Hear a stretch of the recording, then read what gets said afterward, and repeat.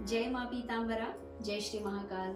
सनातन धर्म प्रेमी भक्तजनों, आज का हमारा प्रसंग है भगवान नाम जप करने के बाद भी, माँ भगवती आदि शक्तियों के नाम जप करने के बाद भी मनुष्य कहता है कि मैं इतने वर्षों से जप कर रहा हूँ, किंतु मेरी दिशा और दशा दोनों नहीं सुधर रही है। क्या करें? इसके लिए कुछ और उपाय बताइए। अब साधक के शरण में जो भी भक्त आते हैं, साधक उन्हें वही विधि बताते हैं जो वे स्वयं कर रहे हैं। जैसे साधक स्वयं भगवती की साधना कर रहा है, माँ ब्रह्मास्त्र की साधना कर रहा है, माँ महाविद्याओं की साधना कर रहा है, और कई साधक और भी अन्य देवी देवताओं की साधना कर रहे होते हैं, क्योंकि शक्ति तो एक ही होती है। सभी देवी देवताओं में समान शक्ति होती है। अब वही साधक साधना करके अपने जीवन को उच्च शिखर में ले जा रहा है, जीवन को आनंदमय जी रहा है। भले उसके पास धन ना हो, धनहीन हो, लेकिन श्रीहीन नहीं है, भक्तिहीन नहीं है। तभी तो साधक कहता है कि फकीरी में मजा जिसको, अमीरी क्या बेचारी है। संतों को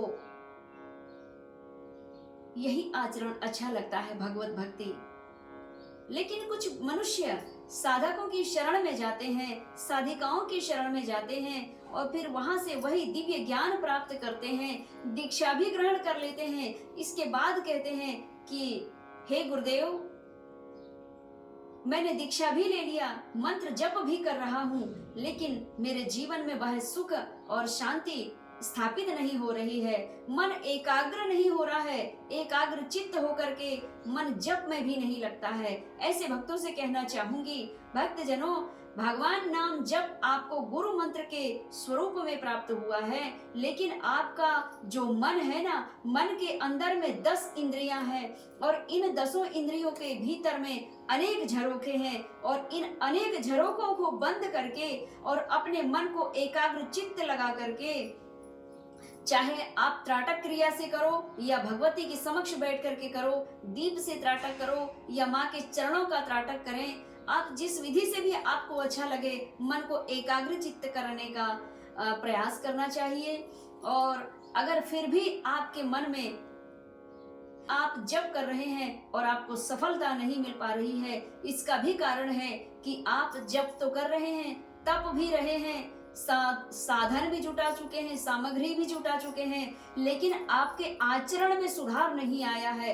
कुछ ना कुछ पापाचार्य, पाप कर्म आप कर रहे हैं, चाहे वो कर्मेंद्रियों से हो या मानसिक कर्म हो। यह पाप कर्म ही आपको भक्ति के विरुद्ध ले जाते हैं और आपको आपकी साधना में सफलता प्राप्त नहीं होने देते। यही मूल कारण है। इसीलिए आपके आचरण में सुधार लाइए। साधक और गुरुजनों पे टीका टिप्पणी करने से अच्छा है कि अपनी साधना में त्रुटियां निकालिए। आपके आचरण में त्रुटियां निकालते हुए आचरण में परिवर्तन लाएं और साधना में शुद्धिकरण लाएं। जरूर आपको, निश्चित ही आपको भगवती की पूर्ण कृपा प्राप्त होगी। आज के प्रसंग में इतना ही। जय माँ पीताम्बरा, जय श्री महाकाल।